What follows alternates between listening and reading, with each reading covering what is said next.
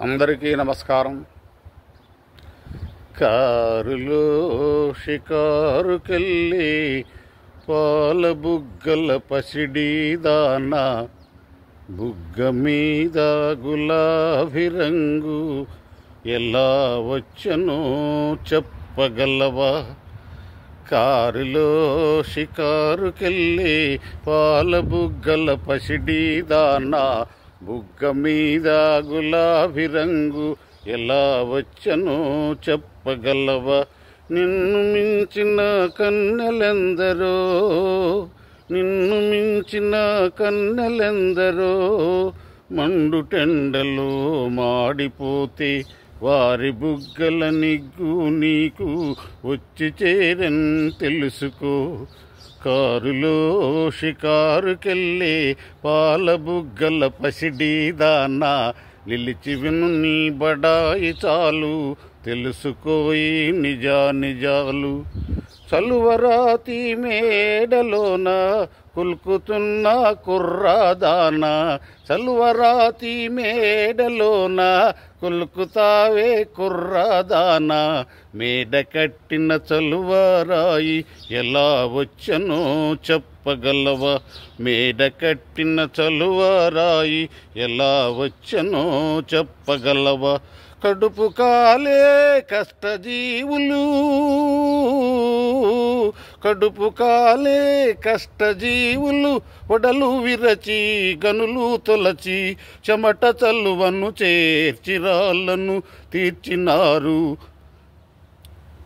కారులో షికారుకెళ్ళి పాల బుగ్గల పసిడి దాన, నిలిచి విను నీ బడాయి చాలు తెలుసుకోయి నిజాలు. చలువరాతి మేడలోన కులుకుతావే కుర్రాదాన, చలువరాతి మేడలోన కులుకుతావే కుర్రాదాన, మేడ కట్టిన చలువరాయి ఎలా వచ్చనో చెప్పగలవా? వడలు విరచి గనులు తొలచి చేర్చిరాళ్ళను పేర్చినారు. చాకిరొకరిది సౌఖ్యమొకరిది సాగదింకా తెలుసుకో. కారులో షికారుకెళ్ళి పాల బుగ్గల పసిడి దాన, నిలిచి విను నీ బడాయి చాలు తెలుసుకోయి నిజాలు. గాలిలో నా తేలిపోయే చీర కట్టిన చిన్నదాన, గాలిలో నా తేలిపోయే చీర కట్టిన చిన్నదాన, వెలుగు వెలుగుల చీర శిల్పం ఎలా వచ్చనో చెప్పగలవా? వెలుగు వెలుగుల చీర శిల్పం ఎలా వచ్చనో చెప్పగలవా? చెరుగు చితుకుల బరువు బ్రతుకుల నేతగాళ్ళే నేసినారు. చాకిరొకరిది సౌఖ్యమొకరిది సాగదింకా తెలుసుకో. కారులో షికారుకెళ్ళి పాల బుగ్గల పసిడి దాన, నిలిచి విను నీ బడాయి చాలు తెలుసుకోయి నిజాలు. జయ శ్రీమన్నారాయణ.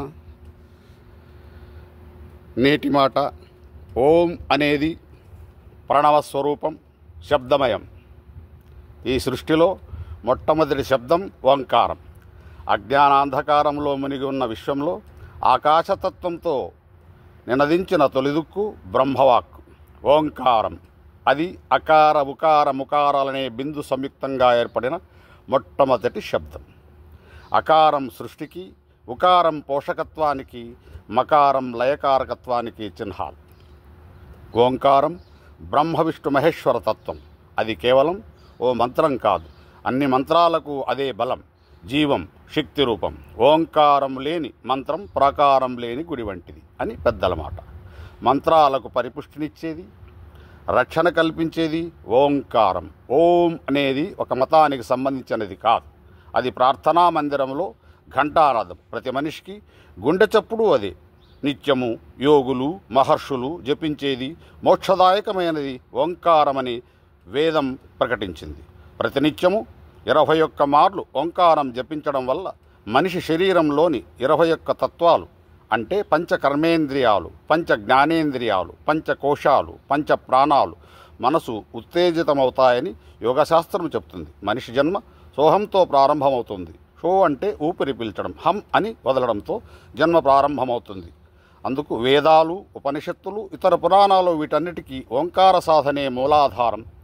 విమానం దూరంగా ఉన్నప్పుడు శబ్దం తక్కువగా ఉంటుంది, దగ్గరకు వచ్చే కొద్దీ ఆ శబ్దం పెద్దదిగా మారుతుంది. విమానం తిరిగి దూరంగా వెళ్ళిపోయినప్పుడు శబ్దం చిన్నగా మొదలై సాగి ఆ తర్వాత ఆగిపోతుంది. అలాగే ఓంకార శబ్దాన్ని మొదట చిన్న శృతిలో మొదలుపెట్టి తారస్థాయికి చేర్చి చివరకు హం అనే శబ్దంతో ముగించాలి.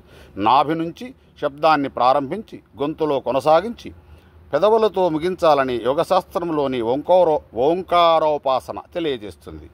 అందువలన సత్యాన్వేషణలో మనిషికి సహకరించేది ఆధ్యాత్మిక చింతన వైపు అతన్ని మళ్లించేది, ఆవేశాన్ని అణచి అహింసా మార్గం వైపు నడిపించేది ఓంకారోపాసన అని మహాత్మా గాంధీ అనేవారు. సీతను రావణుడు అపహరించడంతో శ్రీరామచంద్రుడు దుఃఖితుడయ్యాడు. ఆమె జాడ కనుగనే యత్నంలో సుగ్రీవుడితో మైత్రి సాగించాడు. అనంతరం సీతాన్వేషణకు ఆంజనేయుని దక్షిణ దిక్కు వైపు పంపించాడు. శతయోజనాల సముద్రాన్ని లంఘించడానికి సిద్ధమయ్యాడు హనుమంత.